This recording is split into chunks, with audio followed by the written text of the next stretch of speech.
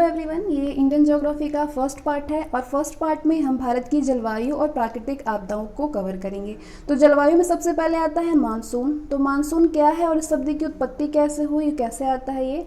Monsoon शब्द की उत्पत्ति अरबी भाषा के मौसम शब्द से हुई है, जिसका तात्पर्य मौसम या ऋतु से है। परंपरागत रूप से मानसून का संबंध मौसमी हवाओं में परिवर्तन से होता है, जिसके माध्यम से दक्षिण एवं दक्षिण पूर्व एशिया के देशों में वर्षा होती है। भारत में कुल वर्षा का अधिकांश भाग 95% दक्षिण पश्चिम यानी साउथ वेस्ट मानसून से प्राप्त होता है। भारत में इसकी सक्रियता जून से सितंबर तक रहती है। दक्षिण पश्चिम मानसून का प्रारंभ भारत में केरल राज्य से शुरू होता है। भारतीय कृषि के अधिकांश भाग जो है वो अभी भी वर्षा पर ही निर्भर है, अतः मानसून का समय पर आना कृषि के लिए अच्छा माना जाता है। भारत एक उपोष्ण मानसूनी जलवायु वाला देश है और ये भारतीय मानसून का मैप है, जिसको आप पॉज करके देख सकते हैं कि किस क्षेत्र में कब वर्षा आती है। 1 जून को इस क्षेत्र में वर्षा होती है, इस क्षेत्र में 5 जून से वर्षा आती है। इसको पॉज करके आप देख सकते हैं। इसके बाद भारतीय मानसून की उत्पत्ति।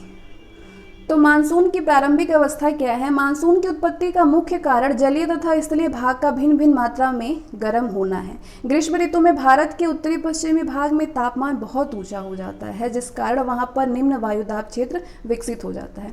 इसके विपरीत हिंद महासागर अपेक्षाकृत ठंडा रहता है और वहां पे उच्च वायुदाब बना रहता है। इससे अंतः उष्णकटिबंधीय अभिसरण क्षेत्र यानी इंटरट्रॉपिकल कन्वर्जेंस यानी ITCZ उत्तर की ओर स्थानांतरित हो जाता है।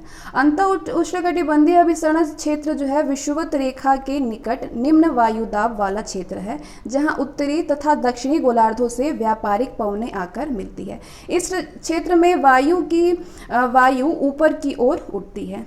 इसके उत्तर की ओर खिसकने से दक्षिण पूर्वीय व्यापारिक पवनें जो है 40 डिग्री से 60 डिग्री पूर्वीय देशांतर की भूमध्य रेखा पार करती है और दिशा परिवर्तन के बाद ये दक्षिण पश्चिम मानसून के रूप में भारत में प्रवेश कर जाती है।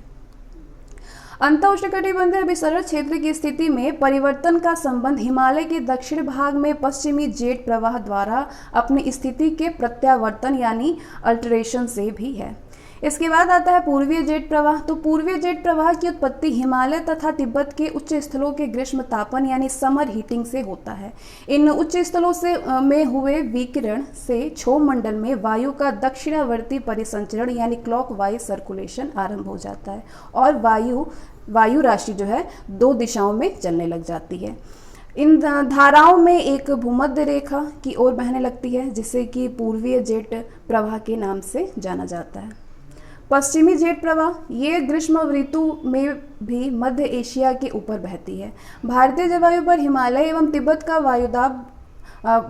का बहुत गहरा प्रभाव पड़ता है। भारत में मानसून पवनों की उत्पत्ति हिमालय एवं मध्य एशिया के ग्रीष्म तापन तथा भूमध्य रेखीय द्रोणी के ऊपर की ओर स्थानांतरण के संयुक्त प्रभाव का परिणाम है। मानसूनी वर्षा क्या है। तो मानसूनी वर्षा निरंतर नहीं होती है, इनके वर्षकाल में अंतराल पाया जाता है। भारत के उत्तरी मैदान में बंगाल की खाड़ी से उत्पन्न होने वाले उष्णकटिबंधीय चक्रवात वर्षा करते हैं, जबकि पश्चिमी तट भाग में वर्षा जो है दक्षिण पश्चिम मानसून द्वारा होती है। भारत के पश्चिमी तट पर वर्षा की गहनता समुद्र तट से दूर घटने वाली मौसमी दशाओं तथा पूर्वी अफ्रीका के तट के साथ भूमध्य रेखीय जेट प्रवाह की स्थिति पर निर्भर करती है।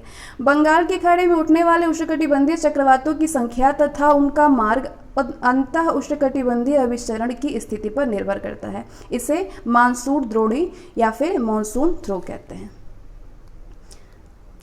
इसके बाद आता है मानसून में विच्छेद यानी ब्रेक इन दी मानसून। जब मानसून पौने 2 सप्ताह या इससे अधिक अवधि के लिए वर्षा करने में असफल रहती है तो वो वर्षा काल में शुष्क दौर आ जाता है। इसे मानसून का विच्छेद कहते हैं। मानसून विच्छेद का प्रमुख कारण उष्णकटिबंधीय चक्रवातों में कमी आना या भारत में अंतः उष्णकटिबंधीय अभिसरण क्षेत्र की स्थिति में परिवर्तन आना है। इसके बाद मानसून का प्रत्यावर्तन the retreat of the monsoon.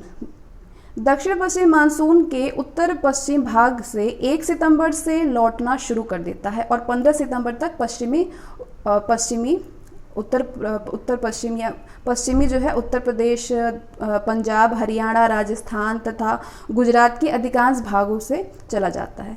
मध्य अक्टूबर तथा दक्षिण पश्चिम मानसून दक्षिणी प्रायद्वीप तक लौट जाता है। लौटती हुई पवनें बंगाल की खाड़ी से जल वाष्प ग्रहण कर लेती है और उत्तर पूर्वी मानसून के रूप में तमिलनाडु पहुंचकर वहां पर वर्षा करती है। तो ये कंप्लीट है मानसून। अब इससे रिलेटेड कुछ हम प्रश्न देख लेते हैं। तो मानसून शब्द की उत्पत्ति हुई है कैसे?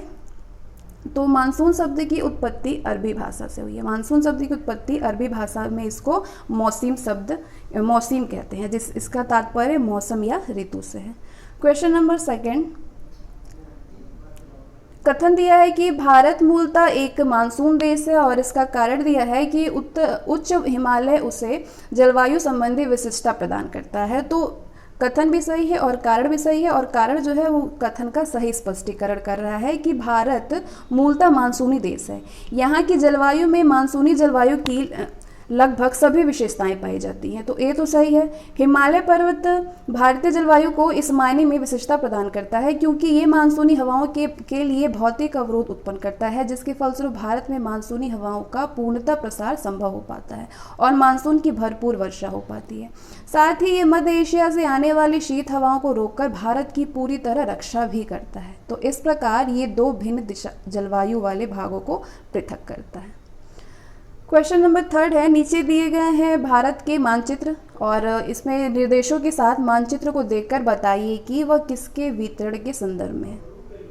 तो इस मानचित्र को आप पॉज करके देख सकते हैं। इसका आंसर होगा मध्यताप। और ये IAS प्रीलिम्स 1994 में आ चुका है, काफ़ी ज़्यादा इम्पोर्टेंट है ये।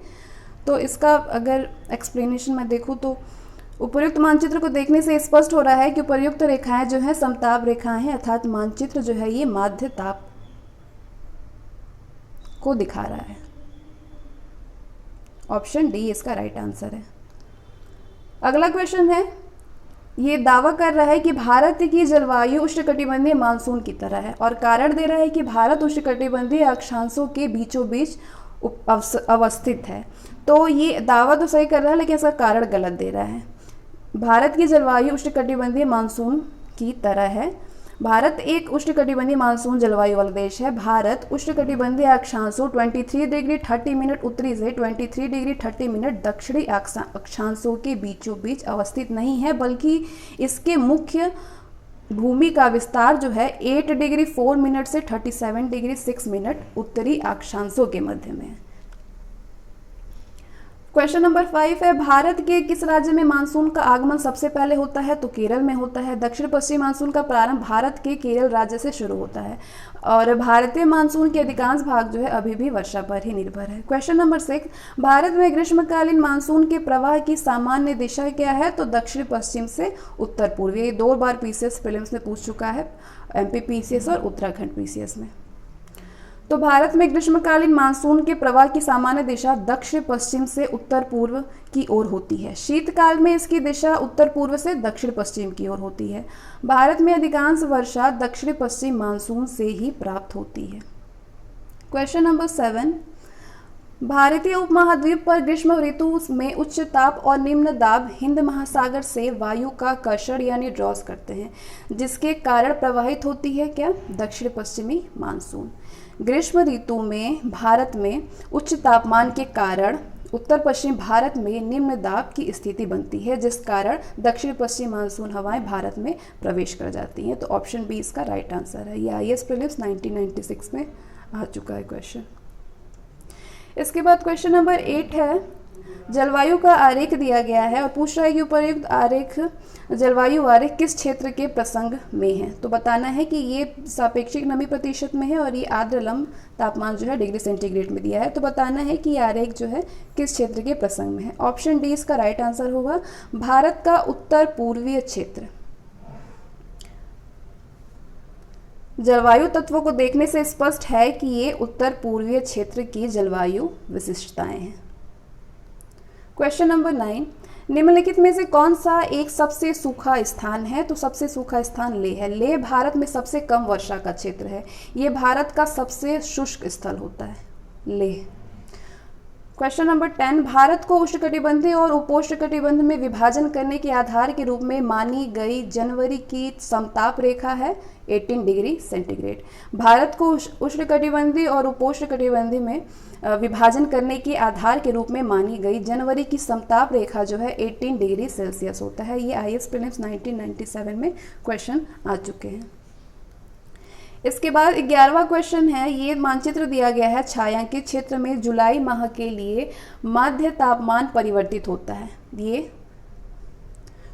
होता है 25 डिग्री सेल्सियस से 27.5 डिग्री सेल्सियस के बीच में।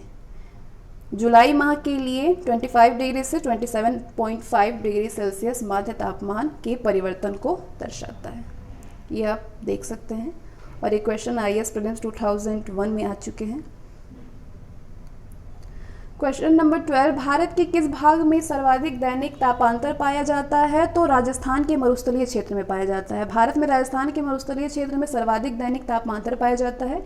यहाँ का तापमान असामान्य रूप से दिन की अपेक्षा रात में कम होता है। दैनिक तापांतर मरुस्थलीय जलवायु की विशेषताओं में से एक है। क्वेश्चन नंबर 13, तापमान में मानसून के सामान्य महीने कौन से हैं? तो नवंबर, दिसंबर। अक्टूबर से दिसंबर माह के मध्य दक्षिण भारत में उत्तर पूर्वी मानसून का मौसम रहता है, जो मुख्य रूप से आंध्र प्रदेश, रायलसीमा, तमिलनाडु में सक्रिय रहता है। यही तमिलनाडु की मुख्य वर्षा वाला है, नवंबर, दिसंबर। और ये जो है तमिलनाडु की मुख्य वर्षा वाली अवधि होती है।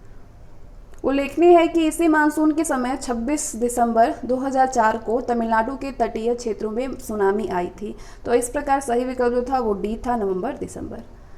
क्वेश्चन नंबर 14, भारतीय मानसून मौसमी विस्थापन से इंगित है, जिसका कारण है स्थल तथा समुद्र का विभेदी तापन। भारतीय मानसून मौसमी विस्थापन वाला है, जिसकी दिशा 6 माह तक जाड़े में 6 माह तक ठंड में उत्तर पूर्व से दक्षिण पश्चिम तथा शेष 6 माह तक ग्रीष्म में दक्षिण पश्चिम से उत्तर पूर्व रहती है। इन मानसूनी हवाओं की उत्पत्ति तापक्रम में भिन्नता के कारण होती है या अन्य किसी कारण से इस पर पर्याप्त मतभेद है।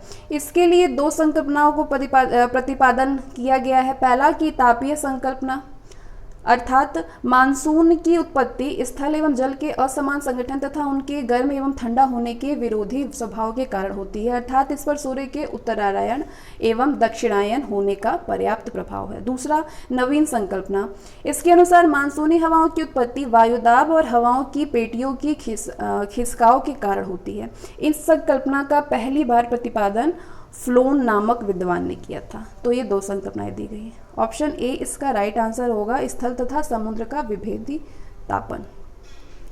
क्वेश्चन नंबर 15, दक्षिणी भारत में से कथन पे विचार करना है। दक्षिणी भारत से उत्तरी भारत की ओर मानसून की अवधि घटती है। और दूसरा दिया है, उत्तरी भारत के मैदानों में वार्षिक वृष्टि की मात्रा पूर्व से पश्चिम की ओर घटती है। तो ये दोनों ही सही है। दक्षिणी भारत की अपेक्षा, ऑप्शन सी इसका राइट आंसर होगा, दक्षिणी भारत की अपेक्षा उत्तर भारत में मानसून की अवधि कम होती है। दक्षिण भारत में मानसून जून के प्रथम सप्ताह में प्रवेश करता है, जबकि उत्तर भारत में प्रवेश करने में दक्षिण की अपेक्षा अधिक समय लगता है। इसी प्रकार वापसी में भी मानसून हवाएं दक्षिण भारत की अपेक्षा उत्तर भारत से जल्दी पलायन करती है। उत्तर भारत के मैदानों में वार्षिक वृष्टि की मात्रा पूर्व से पश्चिम की ओर घटती जाती है। क्वेश्चन नंबर 16, भारतीय मानसून का पूर्वानुमान करते समय कभी कभी समाचारों में उल्लिखित इंडियन ओशन डाइपोल यानी IOD के संदर्भ में निम्नलिखित कथनों में से कौन सा सही है? तो पहला दिया है कि IOD यानी इंडियन ओशन डाइपोल परिघटना उष्णकटिबंधीय पश्चिमी हिंद महासागर एवं उष्णकटिबंधीय पूर्वी प्रशांत महासागर के बीच सागर पृष्ठ तापमान के अंतर से विशेषित होती है। और दूसरा है कि IOD परिघटना मानसून पर एल नीनो के अवसर को प्रभावित कर सकती है।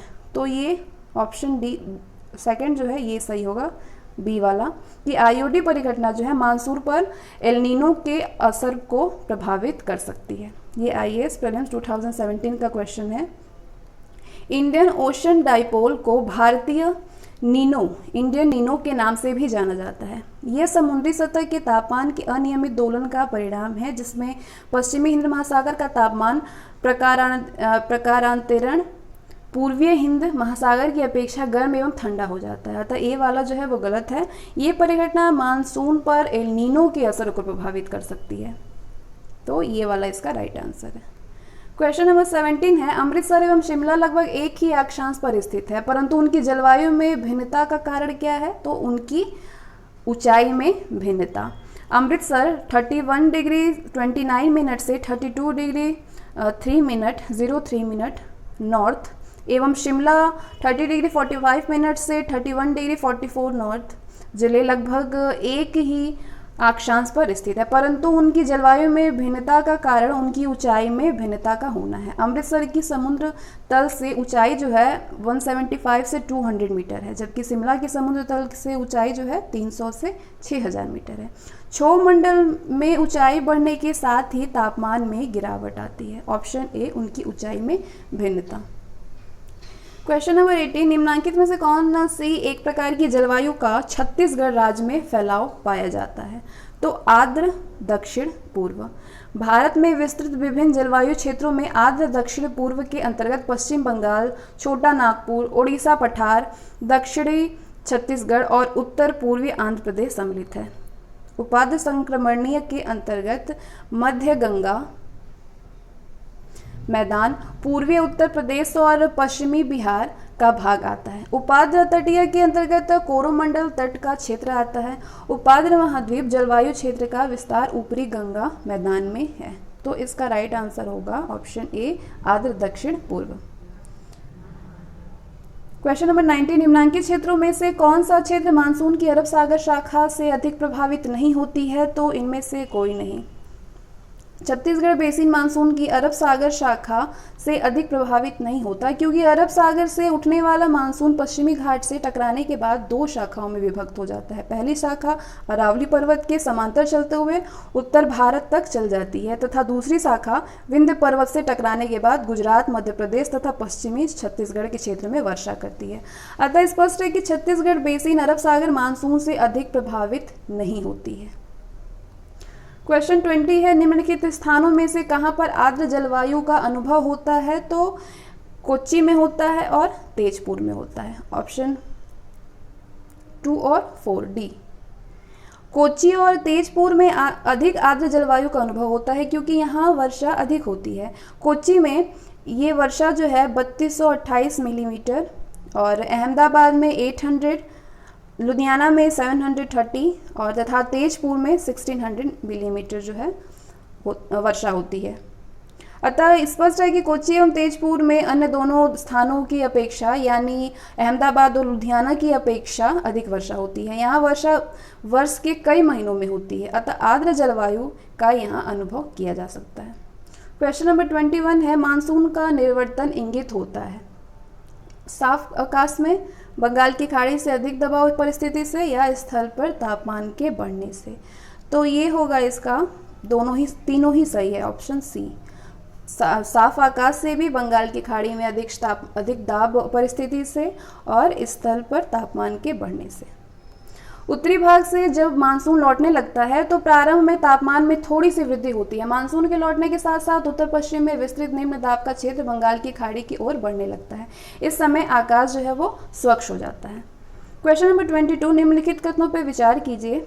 दिया गया है कि पूरे वर्ष 30 डिग्री नॉर्थ और 60 डिग्री साउथ अक्षांशों के बीच बहने वाली हवाएं पछुआ हवाएं यानी वेस्टर्लीज कहलाती है। और दूसरा है कि भारत के उत्तर पश्चिमी क्षेत्र में शीतकालीन वर्षा लाने वाली आर्द्र वायु संहतिया यानी मॉइस्ट एयर मासेज पछुआ हवाओं के भाग हैं। तो ये वाला पहला वाला जो है वो रॉन्ग है, सेकंड वाला जो है ये राइट आंसर है कि भारत के उत्तर पश्चिमी क्षेत्र में शीतकालीन वर्षा, ये डेफिनेशन देख लीजिए, सामान्यतः 30 डिग्री से 60 डिग्री अक्षांशों के मध्य दोनों गोलार्धों में पछुआ पवनें जो हैं वो चलती हैं। उपोष्ण वायुदाब कटिबंध से उप ध्रुवीय निम्न वायुदाब कटिबंध की ओर चलने वाली पश्चिमी पवनों को पछुआ पवन कहते हैं। पछुआ पवनों का सर्वश्रेष्ठ विकास दक्षिणी गोलार्ध में 40 डिग्री से 65 डिग्री अक्षांश के मध्य होता है, जबकि भारत के उत्तर पश्चिम क्षेत्र में शीतकालीन वर्षा पश्चिमी विक्षोभ के कारण होती है। पश्चिमी विक्षोभ पछुआ हवा के ही भाग हैं जो कि जेट स्ट्रीम के सहारे यहाँ प्रवाहित होते हैं एवं वर्षा करते हैं।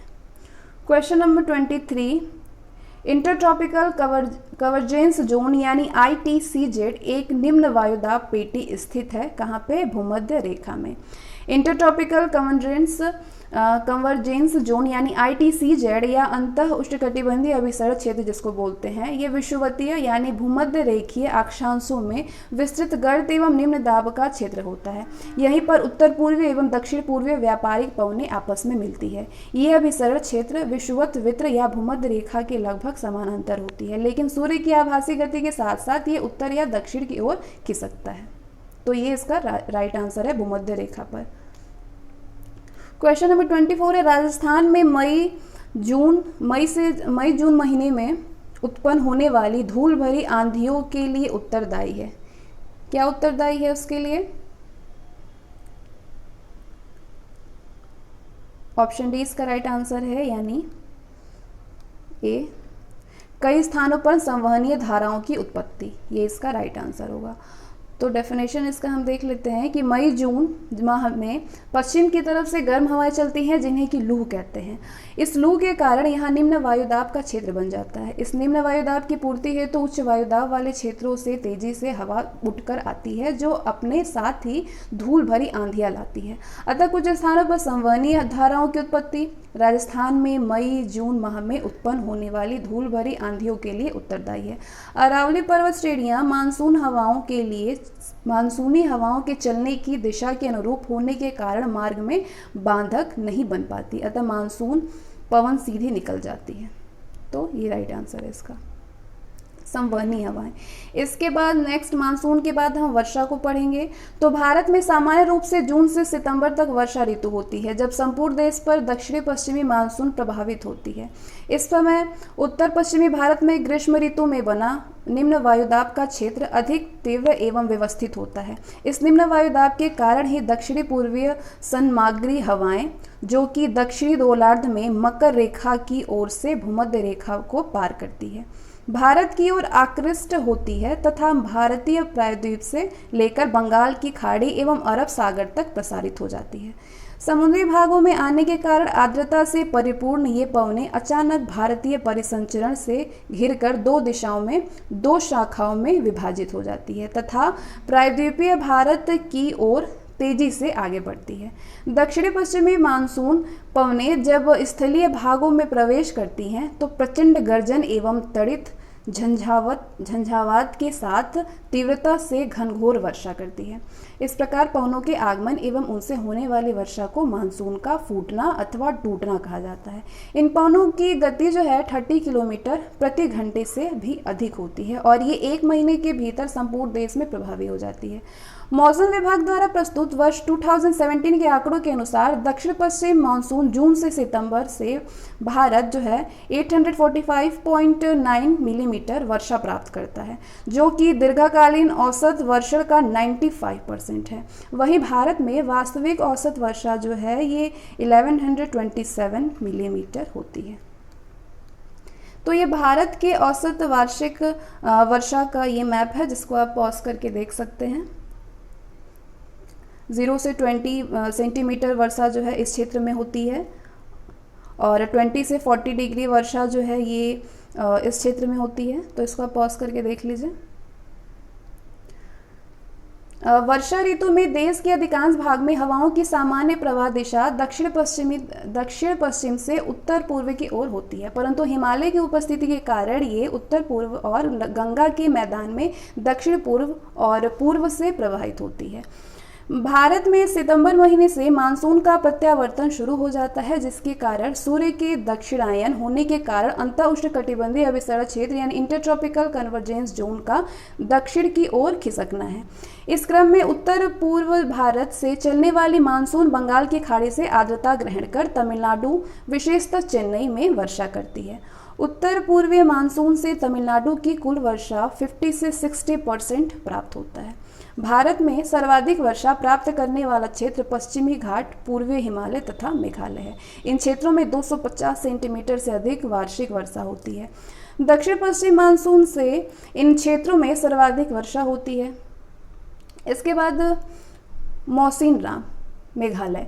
मौसिनराम मेघालय भारत में ही नहीं दुनिया का सबसे अधिक वर्षा वाला स्थान है मौसिनराम। भारतीय मौसम विभाग के अनुसार 19 जुलाई 2016 को मौसिनराम में एक दिन में सर्वाधिक 549.2 मिलीमीटर वर्षा दर्ज की गई थी। भारत में सबसे कम वर्षा वाला स्थान जो है लेह है, लद्दाख। 31 अक्टूबर 2019 से केंद्र शासित प्रदेश है ये है, जहाँ पे मात्र 9.20 सेंटीमीटर वर्षा होती है। भारतीय मौसम विभाग द्वारा जारी भारत के वर्षा आंकड़े 2017 के अनुसार भारत में सर्वाधिक वर्षा मेघालय के पूर्वीय खास हिल्स जिले में, जबकि सबसे कम वर्षा जो है पंजाब के फिरोजपुर जिला में होती है।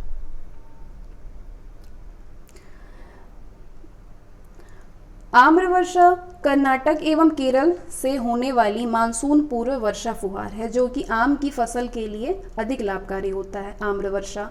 और ये वर्षा बंगाल की खाड़ी से उत्पन्न तूफानों के फलस्वरूप अप्रैल माह में होती है, और इस वर्षा से आम की बौरे पेड़ से टूटकर गिरती नहीं है, अतः आम की फसल अच्छी होती है। भारत की औसत राष्ट्रीय वर्षा 1127 मिलीमीटर है। इससे रिलेटेड कुछ प्रश्न कोश देख लेते हैं। पहला, भारत की सर्वाधिक वर्षा मुख्यतः प्राप्त होती है दक्षिण पश्चिम मानसून से। मौसम विभाग द्वारा प्रस्तुत वर्ष 2017 के आंकड़ों के अनुसार दक्षिण पश्चिम मानसून से भारत की कुल वर्षा का अधिकांश हिस्सा प्राप्त होता है। भारत में वास्तविक औसत घर्षण जो है 1127 मिलीमीटर होता है। भारत में दक्षिण पश्चिम से 845.9 मिलीमीटर वर्षा होती है, जो कि दीर्घकालीन औसत वर्षण का 95% है। क्वेश्चन नंबर 2, उत्तर पूर्वीय मानसून से सबसे अधिक वर्षा प्राप्त करने वाला राज्य है कौन सा? तमिलनाडु। ये क्वेश्चन यूपीपीसीएस प्रीलिम्स 2009 में आ चुका है कि भारत में सितंबर महीने से मानसून का प्रत्यावर्तन शुरू हो जाता है। ऐसा सूर्य के दक्षिणायन होने के कारण इंटरट्रॉपिकल कन्वर्जेंस जोन के दक्षिण की ओर खिसकने के कारण होता है।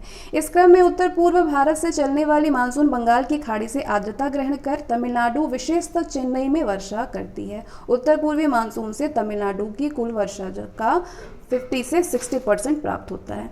क्वेश्चन नंबर 3, निम्नलिखित राज्यों में से किसमें अधिकतम औसत वार्षिक वर्षा होती है? तो सिक्किम में। और ये 2016 का क्वेश्चन है। वर्ष 2017 के आंकड़ों के अनुसार प्रश्नगत राज्यों का वर्षा विवरण इंडियन मेट्रोलॉजिकल डिपार्टमेंट के आंकड़ों पर आधारित है। ये देखिए, राज्य और केंद्र शासित प्रदेश और दीर्घकालीन औसत वार्षिक वर्षा मिलीमीटर में दिया है। अरुणाचल, ये 2017 का आंकड़ा है। अरुणाचल प्रदेश में 2745.3 मिलीमीटर, सिक्किम में 2873.7 मिलीमीटर, केरल में 2664.9 मिलीमीटर, जम्मू और कश्मीर में 1278.9 मिलीमीटर दीर्घकालीन औसत वार्षिक वर्षा। तो उल्लेखनीय है कि देश में सर्वाधिक औसत वार्षिक वर्षा जो है मेघालय में 4472.4 मिलीमीटर में होती है, दीर्घकालीन औसत वर्षा मेघालय में।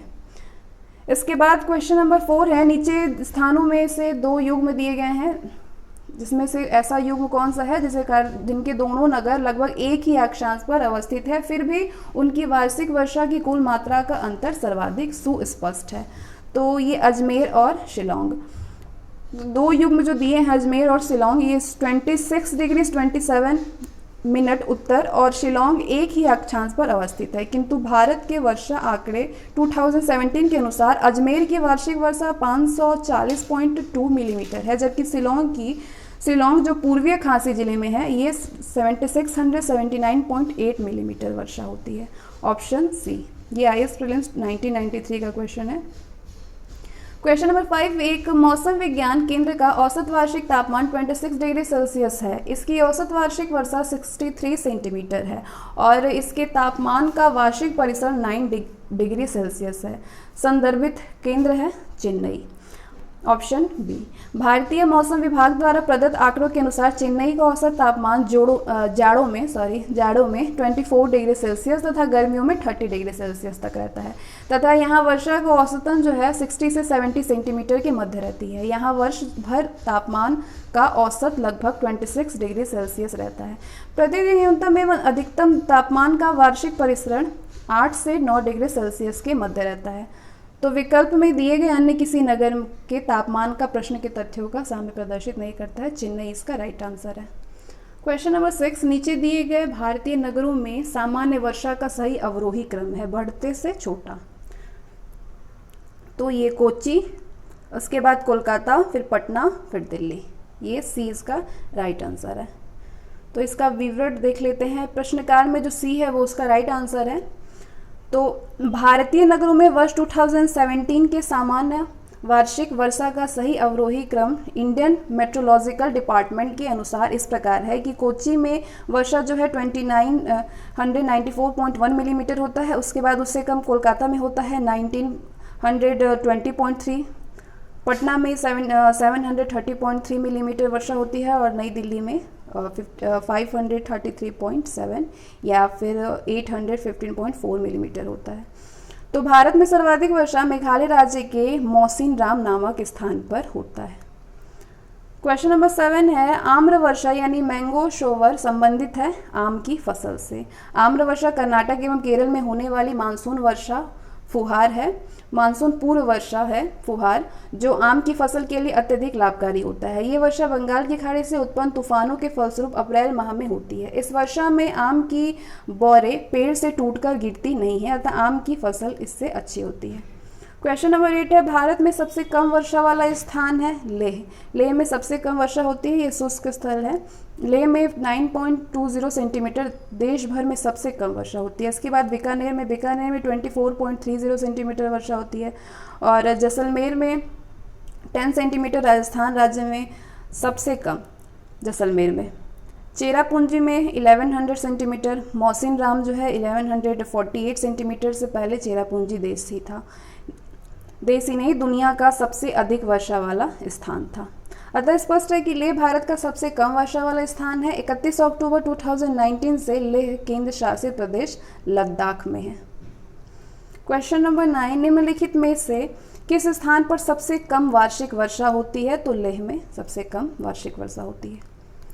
चेरापूंजी अवस्थित है मेघालय राज्य में। चेरापूंजी भारत के पूर्वोत्तर राज्य मेघालय में स्थित है। मौसिनराम से पहले विश्व में सर्वाधिक वर्षा वाला स्थान चेरापूंजी ही था। क्वेश्चन नंबर 11, भारतवर्ष में सर्वाधिक वर्षा किस क्षेत्र में होती है? तो पश्चिमी घाट, हिमालय क्षेत्र तथा मेघालय में।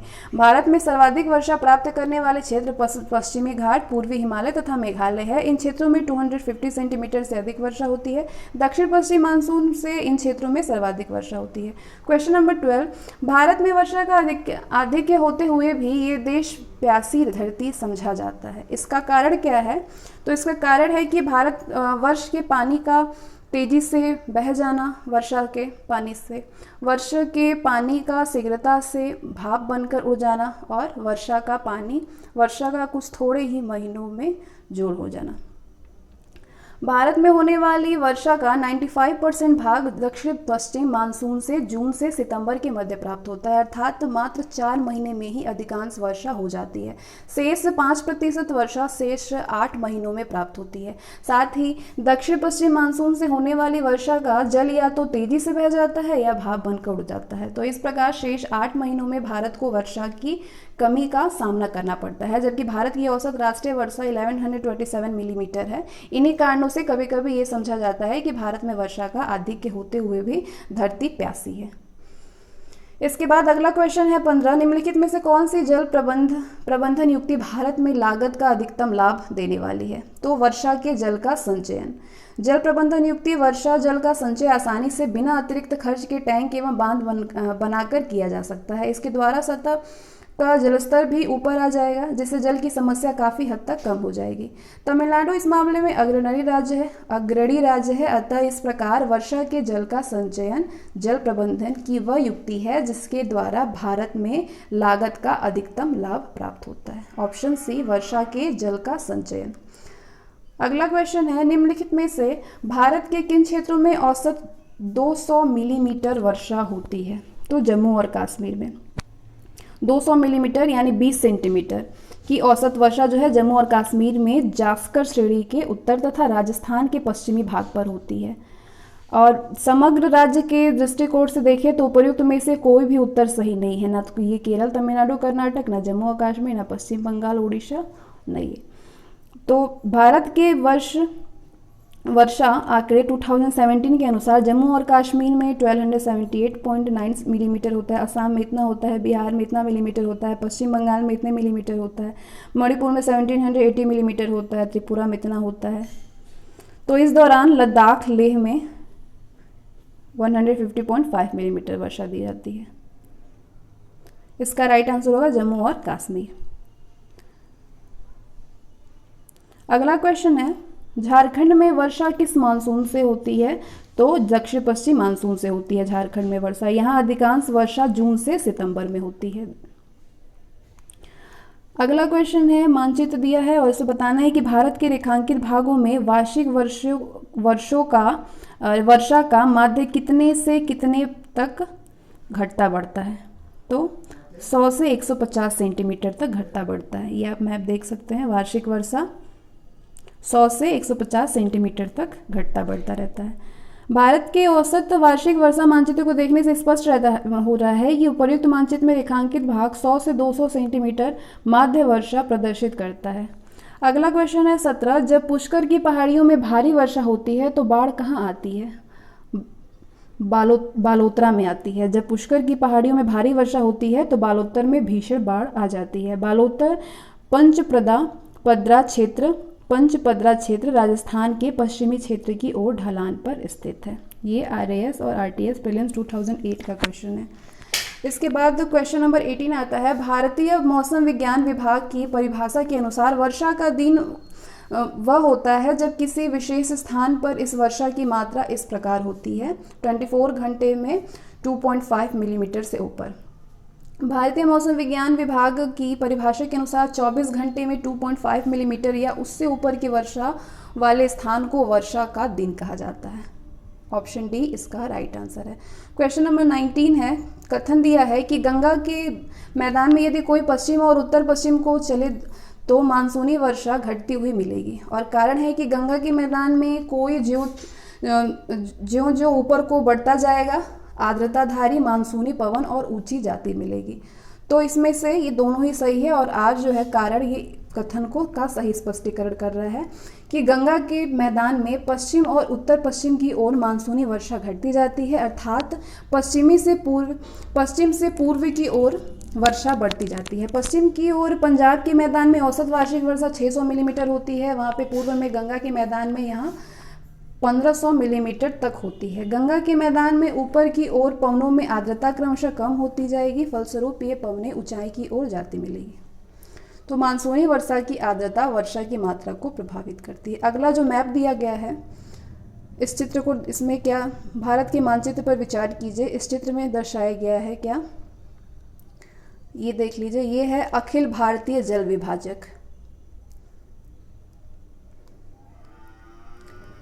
21 क्वेश्चन, सूची 1 और सूची 2 फर्स्ट और सेकंड के साथ सुमेलित करना है।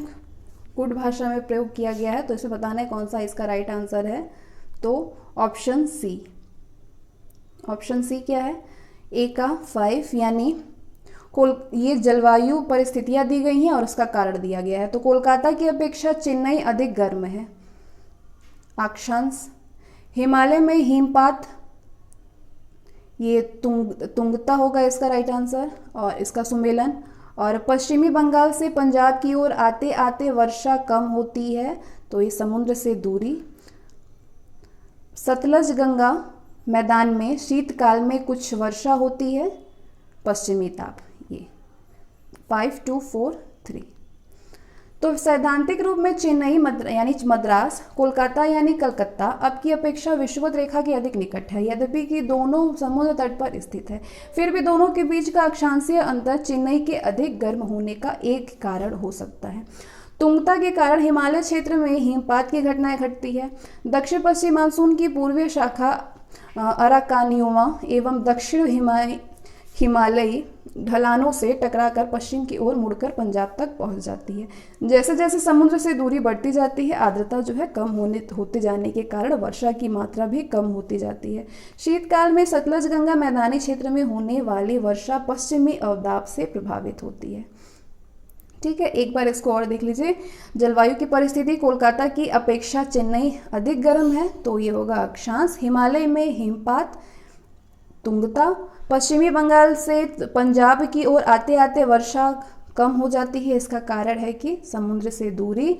और सतलज गंगा मैदान में शीतकाल में कुछ वर्षा होती है, तो ये इसका कारण है पश्चिमी दाब। 22वां क्वेश्चन है, भारत के अर्ध शुष्क क्षेत्रों में जल ढाल विकास का प्रमाणक चिन्ह है। मौसमी नदियों से जल का तटबंधीकरण करके जलाशयों के तंत्र की स्थापना। इसके बाद अगला क्वेश्चन है, भारत में मरुस्थलीय विकास योजना कब क्रियान्वित है? तो 21 जिलों में। भारत में मरुस्थलीय विकास योजना अब क्रियान्वित है 21 जिलों में। भारत में मरुस्थलीय विकास कार्यक्रम DDP यानी डिजर्ट डेवलपमेंट प्रोग्राम में राजस्थान, गुजरात, हरियाणा, जम्मू एवं कश्मीर तथा हिमाचल प्रदेश राज्यों में वर्ष 1977 से 78 में प्रारंभ की गई थी। वर्ष 1995-96 में इसे आंध्र प्रदेश और कर्नाटक को भी सम्मिलित कर दिया गया। वर्तमान में ये कार्यक्रम देश के कुल 7 राज्यों में 40 जिलों के 235 ब्लॉकों में क्रियान्वित है, जबकि वर्ष 1994-95 तक ये कार्यक्रम जो है 5 राज्यों के जैसे कर्नाटक और आंध्र प्रदेश को सम्मिलित किए जाने के पहले 21 जिले के 231 ब्लॉकों में क्रियान्वित किया जा रहा है। अतः जब प्रश्न पूछा गया था तब उसके हिसाब से ये उत्तर सही है। अब के प्रश्न से ये 21 उस टाइम के प्रश्न से यानी 1993 से ये 21 जिले हैं और अब जो है ये 40 जिले हो गए। क्वेश्चन नंबर 24, कथन है कि भारत में अंतर्देशीय जल मार्गों का पर्याप्त विकास नहीं हुआ और इसका कारण कह रहा है कि भारत के अधिकतर भागों में वर्षा साल के 4 महीनों में ही होती है। तो ये दोनों ही सही है और कारण जो है कथन का सही स्पष्टीकरण कर रहा है। भारत में अंतर्देशीय जल मार्गों का पर्याप्त विकास नहीं हुआ तथा भारत के अधिकतर भागों में वर्षा साल के 4 महीनों में ही होना इसका मुख्य कारण है। अधिकांश समय तक मौसम नदियों में परिवहन योग्य जल का अभाव रहता है, जिससे अंतर्देशीय जल मार्गों के विकास में बाधा उत्पन्न हो जाती है। अतः कथन और कारण दोनों ही सही है और कारण कथन का सही व्याख्या कर रहा है। चेरापूंजी स्थित है खासी पहाड़िया में। इसके बाद अब हम जलवायु में आता है हमारा शीतकालीन वर्षा। ये लास्ट टॉपिक है जलवायु का। तो भारत में शीतकालीन मानसून पवनें स्थल से समुद्र की ओर चलने के कारण सामान्यतः वर्षा नहीं करती। अधिकांश भारत में शीत ऋतु में वर्षा नहीं होती है। अपवाद स्वरूप कुछ क्षेत्रों में शीत ऋतु में वर्षा होती है, जो इस प्रकार है। तो ये भारत में शीतकालीन वर्षा है, जिसका मैप आप देखना चाहें तो देख सकते हैं। ये 10 सेंटीमीटर के अंदर आपका ये क्षेत्र आता है, ये वाला क्षेत्र आता है, और 10 से 25 सेंटीमीटर में आपका ये वाला क्षेत्र आता है, सॉरी ये वाला, ये, और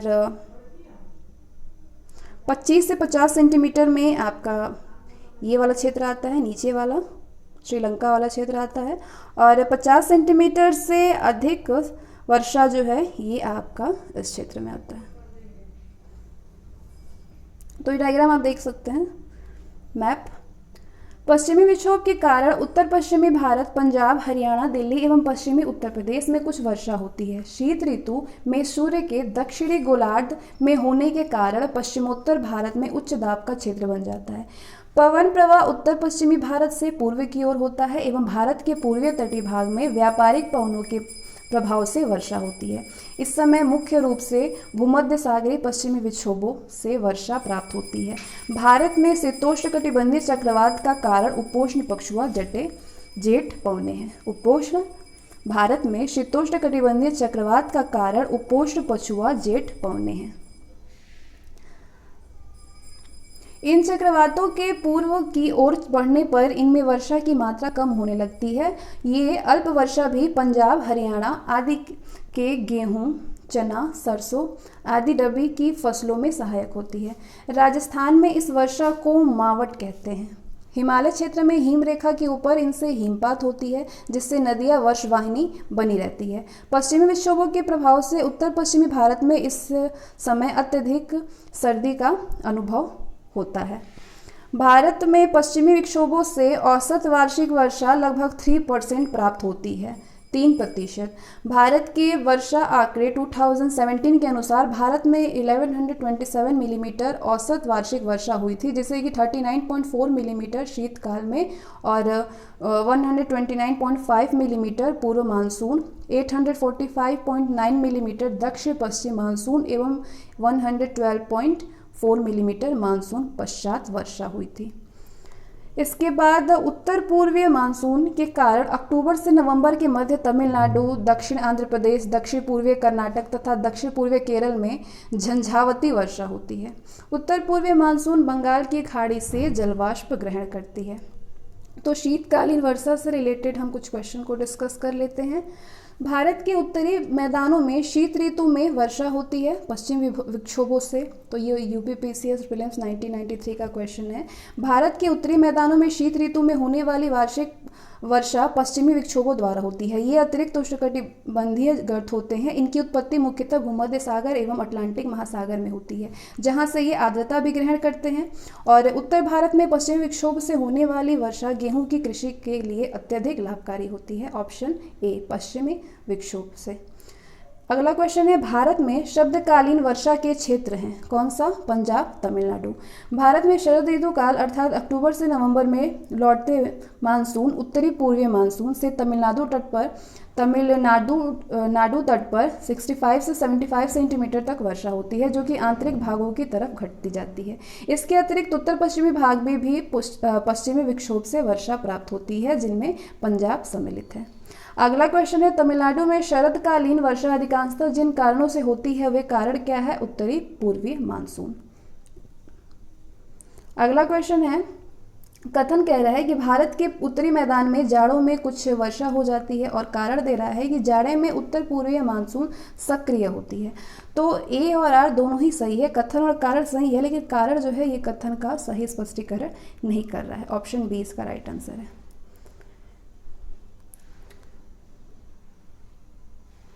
अगला क्वेश्चन है, निम्न राज्यों में से किस राज्य में जाड़े के मौसम में बारिश मिलती है? तो तमिलनाडु में जाड़े के मौसम में भी बारिश होती है। क्वेश्चन नंबर 6, प्रतिचक्रवाती स्थितियां शीत ऋतु में तब बनती हैं जब वायुमंडलीय दाब उच्च होता है और वायुताप निम्न होता है। ये तो कथन है और कारण इसका दे रहा है कि उत्तर भारत में शीतकालीन वर्षा से निम्न तापों वाली प्रतिचक्रवाती स्थितियां पैदा होती है। तो ये ए सही है, लेकिन कथन सही है, लेकिन आर जो है कारण इसका गलत है।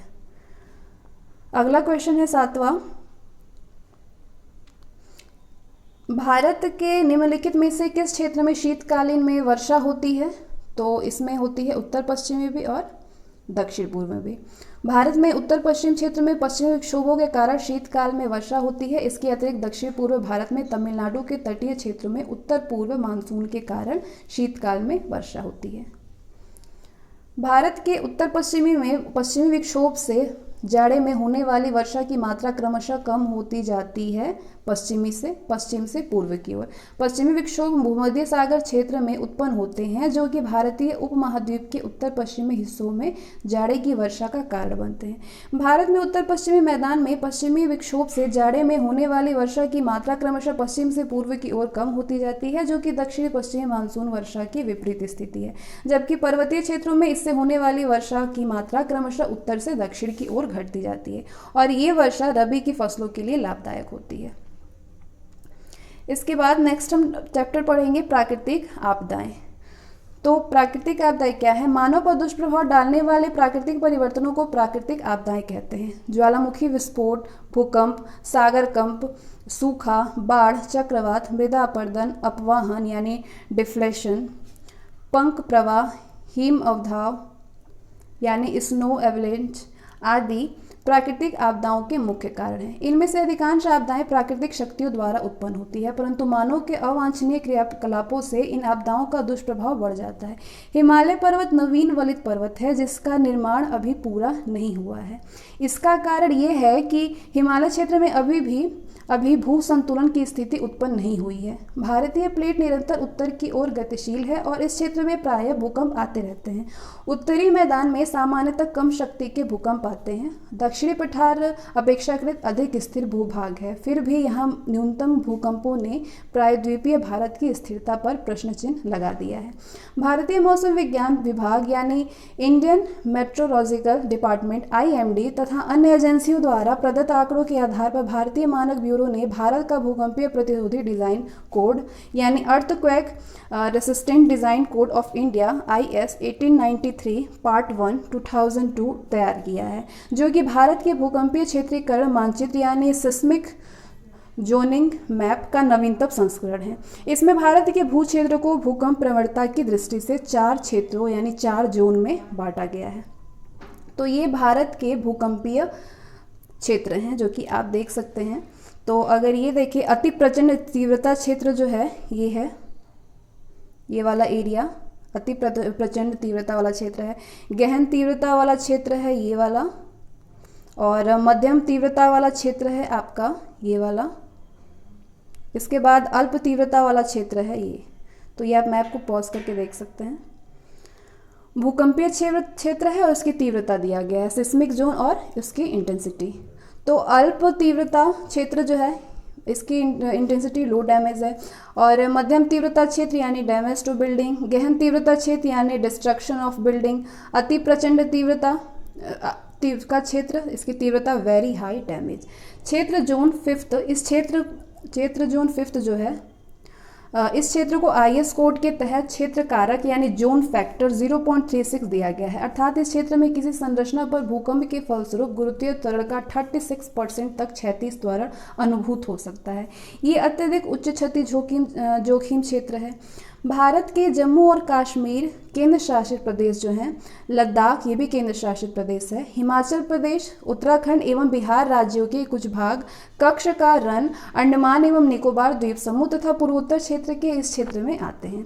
इसमें देश के कुल भू क्षेत्र का 10.9% भाग आता है, और क्षेत्र यानी जोन फोर्थ में क्या है, इसका क्षेत्र कारक IS कोड के तहत 0.24 है। देश की राजधानी दिल्ली सहित भारतीय गंगा मैदान क्षेत्र, शेष हिमालय, गुजरात के भाग, महाराष्ट्र का कोयना क्षेत्र एवं सिक्किम इसमें शामिल है। जोन फोर्थ में देश के कुल भू क्षेत्र का 17.3% भाग इसमें आता है। जोन थर्ड में इसका क्षेत्र कारक 0.18 है। लक्षद्वीप, पश्चिमी घाट एवं प्रायद्वीपीय भारत का भ्रंशित क्षेत्र तथा उत्तर प्रदेश की राजधानी लखनऊ सहित गंगा मैदानों का दक्षिण भाग इसी क्षेत्र में है। ये क्षेत्र भारत के 30.4% भूभाग को समाहित करता है। अब जोन सेकंड, इसका क्षेत्र कारक 0.10 है। पूर्व के जोन फर्स्ट और सेकंड को एक में समाहित कर अब जोन सेकंड का निर्धारण किया गया है। इसमें भारत का 41.4% भू क्षेत्र आता है। प्रायद्वीपीय पठार का अधिकांश भाग इसी क्षेत्र में है। कर्नाटक पठार प्रायद्वीपीय पठार के अंतर्गत ही है, अतः ये सबसे कम भूमि प्रभावित मेखला में सम्मिलित है। सुनामी एक जापानी शब्द है जो कि शू यानी इसका मीनिंग है हार्बस तथा नामी जो है इसका अर्थ है वेव से बना है। भारत की high powered committee on disaster management की रिपोर्ट 2001 के अनुसार सुनामी समुद्र में भूकंप, भूस्खलन तथा ज्वालामुखी उद्गार जैसी घटनाओं से पैदा होती है। अधिकांश सुनामी समुद्र अधर स्थल पर आए भूकंपों से पैदा होती है। सुनामी को बंदरगाह लहरें या भूकंपीय समुद्री लहरें भी कहा जाता है। भारत में सुनामी वार्निंग सेंटर का परिचालन जुलाई 2005 में हैदराबाद से किया गया है। 26 दिसंबर 2004 को हिंद महासागर में इस आए सुनामी द्वारा भारत का कोरोमंडल तट सर्वाधिक प्रभावित हुआ था। कोरोमंडल तट का विस्तार प्रायद्वीपीय भारत के पूर्वी तट पर उत्तर में फाल्स डीवी पॉइंट से लेकर दक्षिण में कन्याकुमारी तक है। भारतीय मौसम विज्ञान विभाग यानी इंडियन मेट्रोलॉजिकल डिपार्टमेंट, जिसका मुख्यालय नई दिल्ली में है, इसकी स्थापना 1875 में हुई थी और ये पृथ्वी विज्ञान मंत्रालय के अधीन एक एजेंसी है। भारतीय उष्णकटिबंधीय मौसम विज्ञान संस्थान एवं मौसम विज्ञान विभाग का उप निदेशक स्तर का कार्यालय पुणे में स्थित है। उल्लेखनीय है कि भारतीय मौसम विज्ञान विभाग का मुख्यालय सर्वप्रथम कोलकाता में बना, जिसे वर्ष 1905 में शिमला, 1928 में पुणे तथा अंततः वर्ष 1944 में दिल्ली स्थानांतरित किया गया था। किसी नदी या तटीय भाग में उच्च जलस्तर की उस स्थिति को बाढ़ कहते हैं जिससे भूमि का कुछ भाग जलमग्न हो जाता है। मानसून की अनिश्चितता तथा अनियमितता का दूसरा महत्वपूर्ण परिणाम बाढ़ों का आना है। केंद्रीय जल आयोग ने बाढ़ों की गणना करने के लिए बाढ़ पूर्वानुमान संगठन यानी फ्लोड फोरकास्टिंग ऑर्गेनाइजेशन की स्थापना की है। इस संगठन ने देश के 14 बाढ़ प्रभावित राज्यों एवं 1 केंद्र शासित प्रदेशों में 166 स्टेशनों को चिन्हित किया है, 166, जिनमें से सर्वाधिक 35 स्टेशन उत्तर प्रदेश में है। उत्तर प्रदेश बाढ़ प्रवण क्षेत्रों को उच्च बाढ़ प्रवण, मध्यम बाढ़ प्रवण एवं निम्न बाढ़ प्रवण क्षेत्रों में विभक्त किया जाता है। उच्च बाढ़ प्रवण क्षेत्र में उत्तर प्रदेश के कुल बाढ़ प्रवण क्षेत्र का 48% आता है। उच्च बाढ़ प्रवण क्षेत्र उत्तर प्रदेश के पूर्वीय क्षेत्र को आच्छादित करता है। 14 बाढ़ प्रभावित राज्यों में 32 स्टेशनों के साथ बिहार दूसरे स्थान पर है। चक्रवाती तूफान अथवा चक्रवात वायुमंडल में हवाओं के चक्राकार वायुपिंड होते हैं। उत्तरी गोलार्ध में इनकी दिशा घड़ी की सुइयों के विपरीत एवं दक्षिणी गोलार्ध में घड़ी की सुइयों की दिशा में होती है। भारत में चक्रवात बंगाल की खाड़ी एवं अरब सागर दोनों में ही प्रभावित करते हैं। बंगाल की खाड़ी में अधिक ताप के कारण बने निम्न दाब से अधिक चक्रवात उत्पन्न होते हैं। यहाँ से उठने वाले चक्रवात घड़ी की सुइयों की दिशा के विपरीत घूमते हुए चलते हैं। अतः बंगाल की खाड़ी के दक्षिण में उत्पन्न होने वाली चक्रवात तमिलनाडु और श्रीलंका को जनवरी से मार्च तथा मध्य बंगाल की खाड़ी में उठने वाले चक्रवात आंध्र प्रदेश एवं ओडिशा को प्रभावित करते हैं। मानसून काल यानी जून से सितंबर के मध्य इन चक्रवातों की उत्पत्ति मध्य और उत्तरी बंगाल की खाड़ी में होती है, जिससे ओडिशा एवं पश्चिम बंगाल सर्वाधिक प्रभावित होते हैं। मानसून पश्चात यानी अक्टूबर से दिसंबर दक्षिण एवं मध्य बंगाल की खाड़ी में उठने वाले चक्रवात तमिलनाडु, आंध्र प्रदेश, ओडिशा और बंगाल तट को प्रभावित करते हैं। ओडिशा चक्रवात बाढ़ एवं सूखा तीनों ही प्राकृतिक आपदाओं से प्रभावित राज्य हैं, जिस कारण ये अन्य राज्यों की अपेक्षा अधिक आपदाएं झेलता है। ये जो है ओडिशा चक्रवात बाढ़ एवं सूखा तीनों ही प्राकृतिक आपदाओं से प्रभावित राज्य हैं, जिस कारण कि ये अन्य राज्यों की अपेक्षा अधिक आपदाएं झेलता है। गुरुत्वाकर्षण के प्रभावाधीन चट्टान तथा मिट्टी के अचानक ढलान से नीचे की ओर खिसकने की क्रिया को भूस्खलन कहते हैं। हिमालय में भूस्खलन की आवृत्ति में वृद्धि हुई है। इसका मुख्य कारण भूकंपों की आवृत्ति में वृद्धि के साथ साथ सड़क एवं बांध बनाने जैसे मानवीय क्रियाकलापों का बढ़ना है। यहाँ सड़क, बांध निर्माण तथा खनिज के लिए बड़े पैमाने में खनन का कार्य किए गए हैं, जिनके कारण कि हिमालय में भूस्खलन की आवृत्ति में वृद्धि हुई है। भारत में आपदा प्रबंधन हेतु निवारक और संरक्षी उपाय जैसी तैयारी तथा मानवों पर आपदा के प्रभाव को कम करने के लिए देश के पहले आपदा प्रशिक्षण संस्थान की स्थापना लातूर, महाराष्ट्र में की जा रही है। तो ये है प्राकृतिक आपदाएं। इससे रिलेटेड कुछ क्वेश्चंस को देख लेते हैं। फर्स्ट है, सन 2004 की सुनामी द्वारा भारत के निम्न तटों में से कौन सर्वाधिक दुष्प्रभावित हुआ था? तो कोरोमंडल तट। 26 दिसंबर 2004 को हिंद महासागर में आए सुनामी द्वारा भारत का कोरोमंडल तट जो है सर्वाधिक प्रभावित हुआ था। अगला क्वेश्चन, हुदहुद चक्रवात जो है से भारत का निम्नलिखित में से कौन सा तटीय क्षेत्र प्रभावित हुआ था? तो आंध्र प्रदेश तट। उष्णकटिबंधीय चक्रवात हुदहुद अक्टूबर 2014 में बंगाल की खाड़ी में उत्पन्न हुआ था। इसने भारत के आंध्र प्रदेश, ओडिशा, मध्य प्रदेश, छत्तीसगढ़, उत्तर प्रदेश के साथ साथ नेपाल को भी प्रभावित किया था। इस चक्रवात से भारत का आंध्र प्रदेश तट जो है सर्वाधिक प्रभावित हुआ था और अंडमान निकोबार द्वीप समूह भी इससे प्रभावित रहा। हुदहुद चक्रवात। अगला क्वेश्चन है, भारत में सुनामी वार्निंग सेंटर अवस्थित है कहाँ पे? हैदराबाद में। ये जुलाई 2005 में हैदराबाद में किया गया है। भारत में सुनामी वार्निंग सेंटर का परिचालन जो है जुलाई 2005 में हैदराबाद में किया गया। क्वेश्चन नंबर 4 है, भारतीय मौसम विज्ञान विभाग स्थापित है कहाँ पे? नई दिल्ली में। भारतीय मौसम विज्ञान विभाग का मुख्यालय नई दिल्ली में है और ये 1875 में स्थापित इस विभाग का मुख्यालय सर्वप्रथम कोलकाता में था, जिसे कि वर्ष 1905 में शिमला, वर्ष 1928 में पुणे और अंत में वर्ष 1944 में दिल्ली में स्थानांतरित कर दिया गया। अगला क्वेश्चन है, सूची 1 और 2 इसमें सब सुमेलित करना है।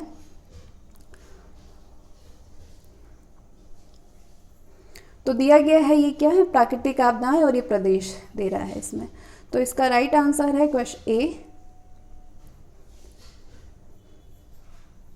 बाढ़ जो है ये इसका प्रदेश है उत्तर प्रदेश तथा बिहार के मैदान। भूकंप हिमालय का गिरिपात क्षेत्र।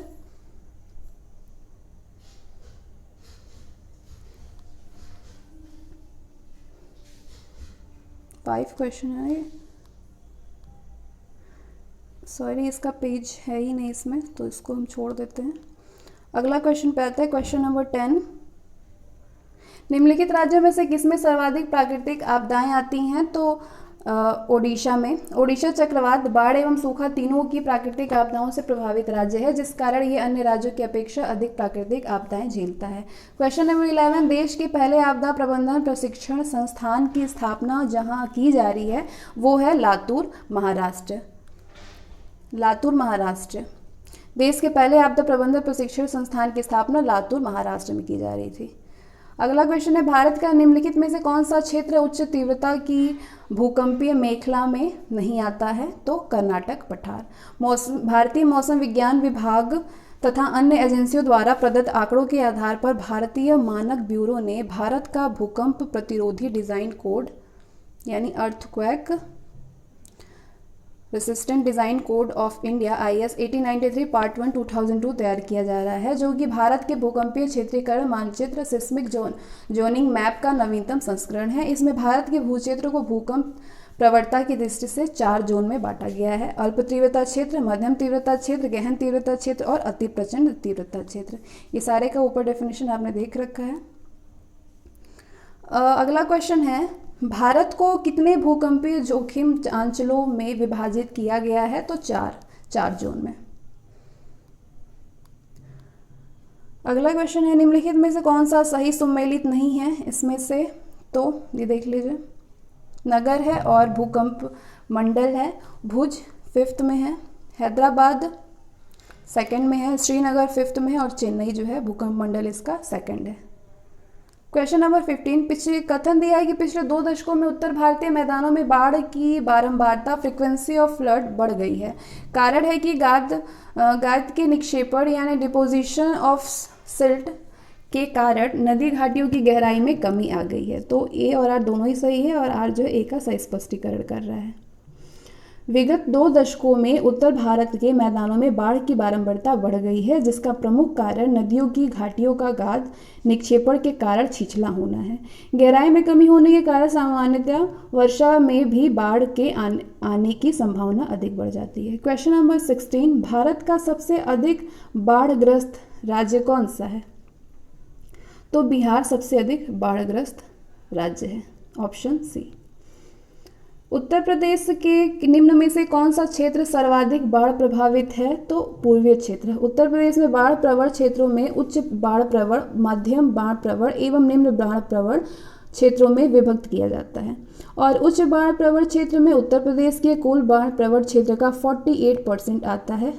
उच्च बाढ़ प्रवण क्षेत्र उत्तर प्रदेश के पूर्वीय क्षेत्र को आच्छादित करता है। Question number 18। कौन सा कथन सही है इसमें से?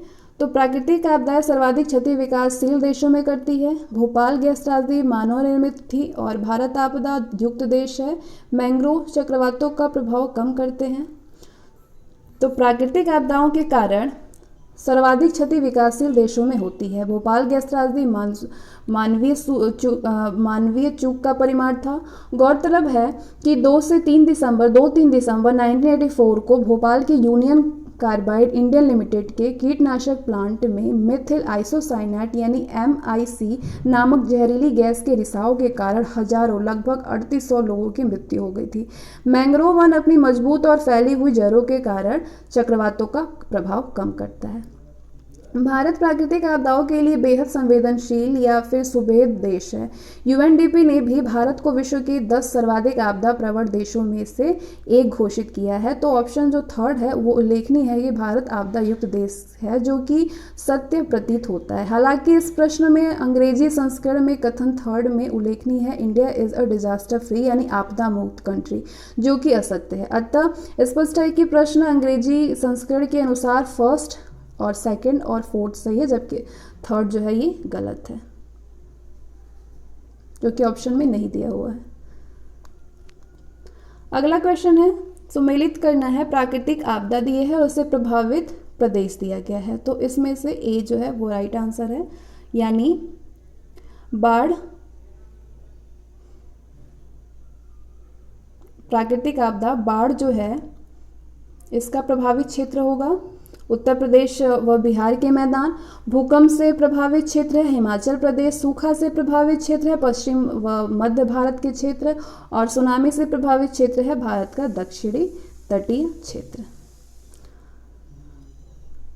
तो ये हमारे कंप्लीट होते हैं फर्स्ट पार्ट, जिसमें कि आपने जलवायु से रिलेटेड मानसून, शीत क्षेत्र, सारी चीज़ें पढ़ा और प्राकृतिक आपदाएं। अब नेक्स्ट वीडियो में हम इससे आगे के चैप्टर को कंप्लीट करेंगे।